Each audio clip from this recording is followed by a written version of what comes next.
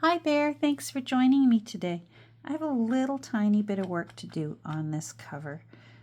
So this is just going to be short and sweet, but I thought, you know what, I'm going to bring you along. I'm sitting here at my desk doing what I said I wasn't going to do, but you know, we're talking about me here. Ever the one to change my mind. But that's what they say, a woman's prerogative, and I would dare say an artist's prerogative is to change our mind. You'll already notice I changed my mind about the photo here. I decided it needed something. It was just, although I liked the simplicity, it needed something. And that's when I thought it was too late to collage around it, but it wasn't too late for photo corners. Even though these photo corners, as is typical with photo corners, there's a part that goes underneath and a part that goes over top. Well, we glued this down really well with gel medium. But the top part, I just simply took an X-Acto knife and just simply carefully sliced off the top part. And of course, you know me, I inked it. I think the color looks nicer inked than plain. And then I just simply glued that little corner down so that it's like a faux photo corner. And now I'm happy. I think that really, really makes it. I'm pleased with that. But now we have the header and the footer of the spine. It's very, very, it's in a precarious situation here. And with the beautiful little lace curtains, because she's obviously lace curtain Irish. Since this is Dr. Drummond's complete poems, I'm wondering if that's Mrs. Drummond and that this is Mrs. Drummond's book. And the little dog reminds me of my dad had a neighbor down in Florida, and he had a little dog that looked like that. His name was Sporty. And my dad loved Sporty.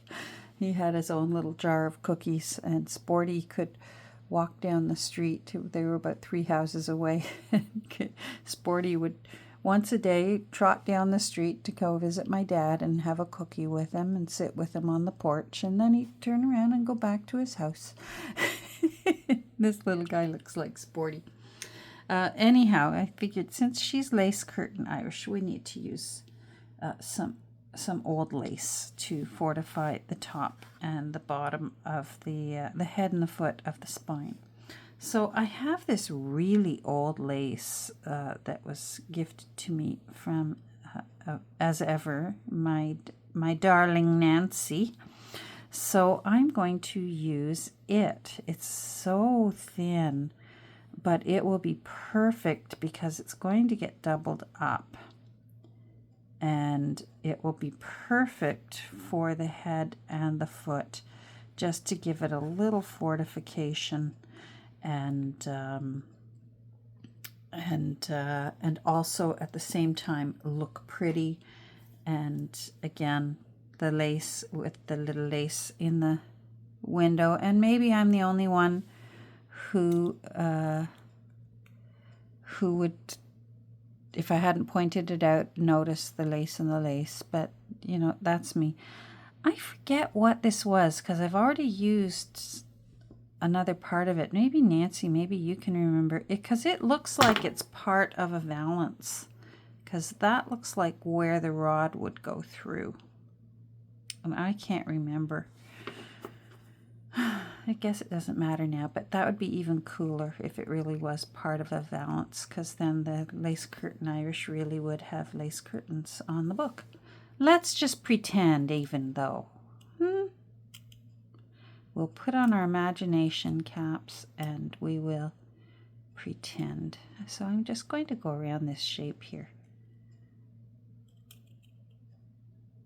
And we're going to be gluing it anyway, so I'm not too worried about it fraying.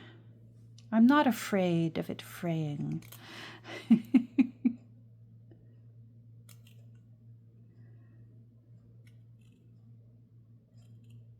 And we're going to use, because we're going fabric to fabric, we're going to use some Fabri-Tac to to hold it down, but we're going to do it carefully because I don't want that shiny to. Now, do I want leaves? Oh, I like the leaves pointing down. So this part, I guess, doesn't matter so much because it's going to end up being glued under the, it's going to get glued under where the, oh, for Pete's sake, come on, brain, find the word text block. It came to me. There we go. That's going to be nice. Love it. Okay, let's get some paper so I don't put glue all over my desk.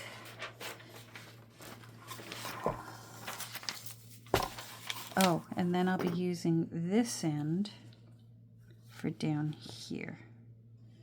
So again, it really doesn't matter too much, but I will try and save some of the rest of this lace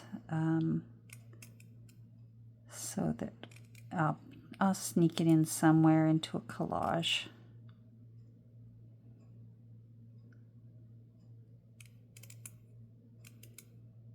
There we go. And I'll just do this a little bit. Yeah. That'll work. Okay. All right, let's do it. Glue. Now, this is from yesterday. That's got gel medium.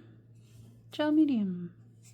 Did you ever do that when you were a kid? Put the glue in your hand and let it dry and then peel it off?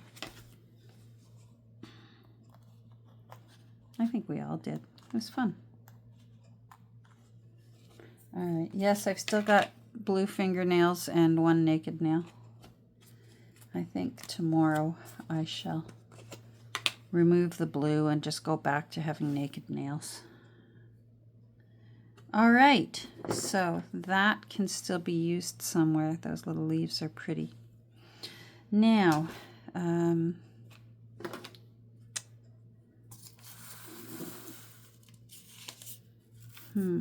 going to get another piece of paper. There we go. Who'd have thought 2 days in a row? When it rains, it pours. For someone who said, oh, I'm going to take a break from junk journals. Yeah, right.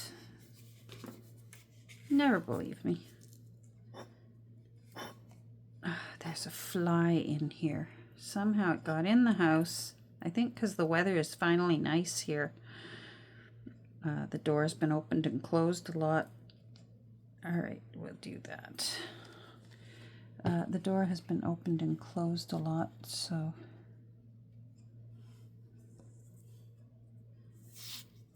Now, let me make sure you can see what I'm doing. Yes, all right. There we go.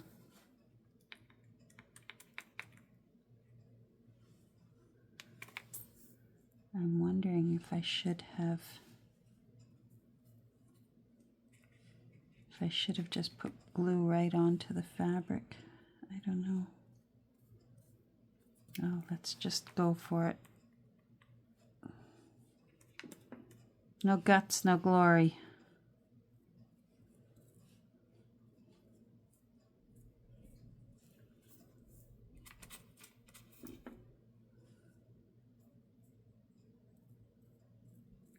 There.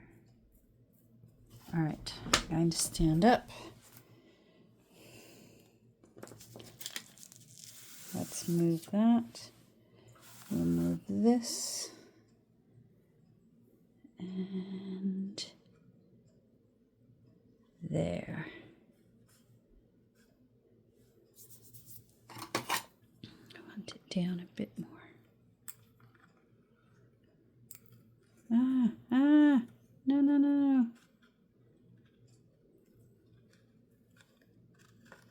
I gotta get it into the gutters. Oh, that did it okay.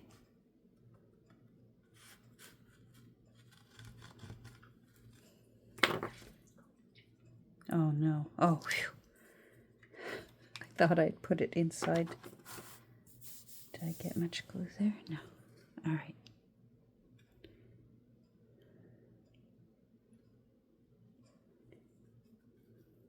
Good.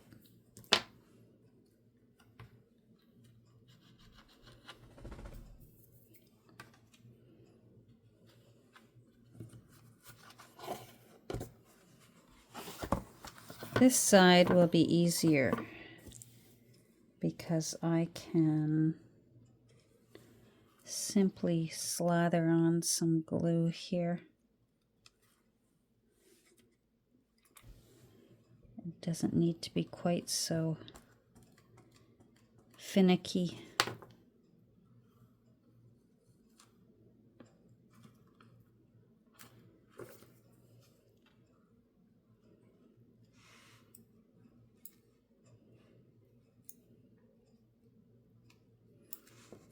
There we go.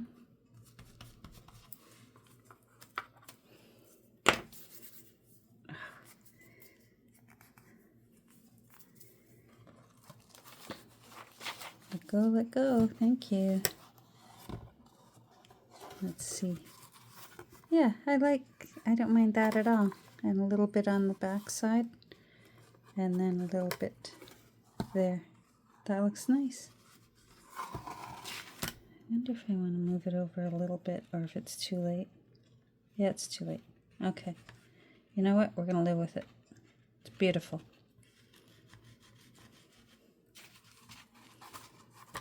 Pulled that up just a little bit because, as you can see here, part of it was eaten away by age and being on a bookshelf.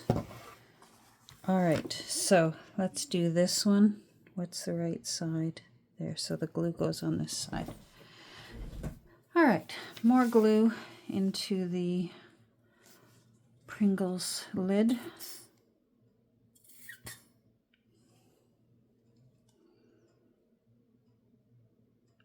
Little Miss Yoo-Hoo over there finally decided to have dinner last night. Put us out of our misery, wondering when this dog was going to finally eat. And she did. All right.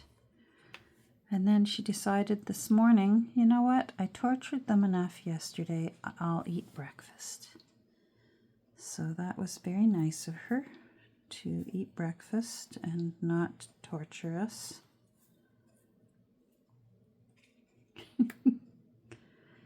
Honest to goodness, all the dogs I've had over the years. I never grew up with dogs. It was one of those things I promised myself when I was a grown-up, I'm getting a dog. And I've had one ever since.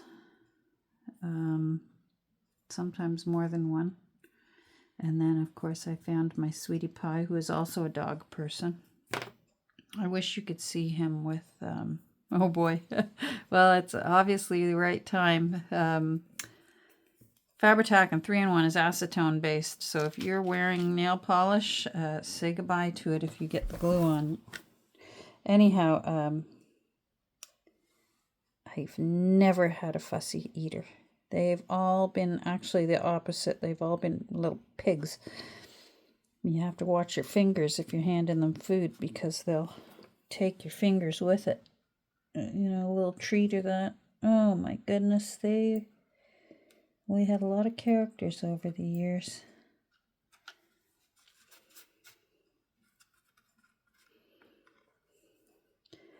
And then this one decided to give me a run for my money. Oh, you need a bit more glue.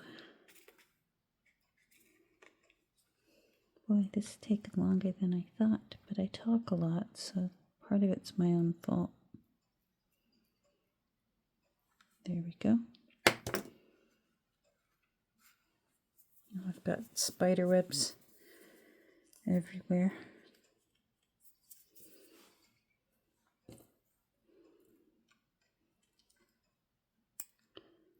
There's some little fringes there that I want to make sure I get. There, love it. Let go. Thank you. Do you talk to your books when you work on them? I do all the time. And when I'm working on, I'm addicted to genealogy. If I'm not working on my own tree, I'm working on borrowed trees. I have people who say, oh, do you mind looking up mine? Love it. Give me whatever information you've got and let me go. And I find when I'm doing research, let's just put some fresh on here. She won't see it. That I talk to the dead people as I'm trying to find them. Come on, you. Where are you? Show me where you are. And then if I do find them, oh, there you are. You were trying to hide. Yeah, and that's sure is easier now, thanks to Ancestry. I sound like a commercial for them, but I must say, I started doing my genealogy back in the days when we had to go downtown to the main microfiche library in downtown Toronto and go through reels and reels and reels of microfiche. And it would be a whole day long thing for me. There we go. Of course, I loved it. I remember the first time finally finding my mother's grandfather, Michael Hodgins, who came, no, great-grandfather, Michael Hodgins, who came over to Canada from Ireland in 1846, so during the Great Hunger.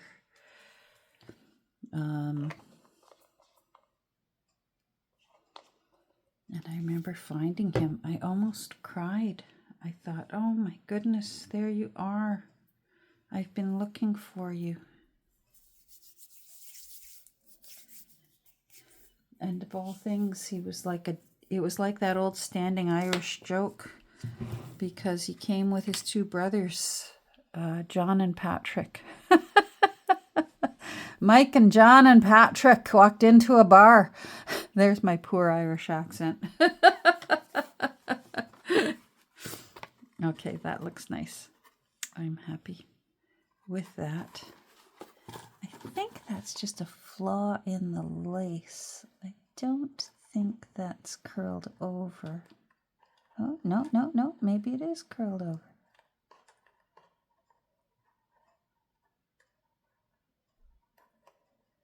Yeah, you are. All right. You know what? I'm wondering now if I should have used PVA for this part. Oh well, live and learn. This'll work. Come on. I think I need to open a new bottle. I think this bottle is finally said I'm done. Anyhow, it was lovely to find him in the census, and his huge family, and his wife Bessie Rose.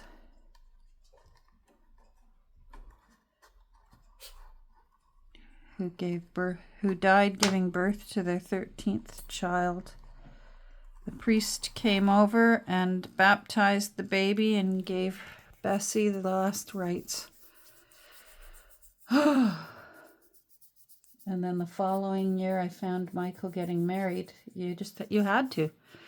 If you had a huge family and a farm to run, and he married a woman named Catherine, and she was in the same position. She was a widow with a large family and in need of a husband. People needed each other. And they got married and finished raising their families together.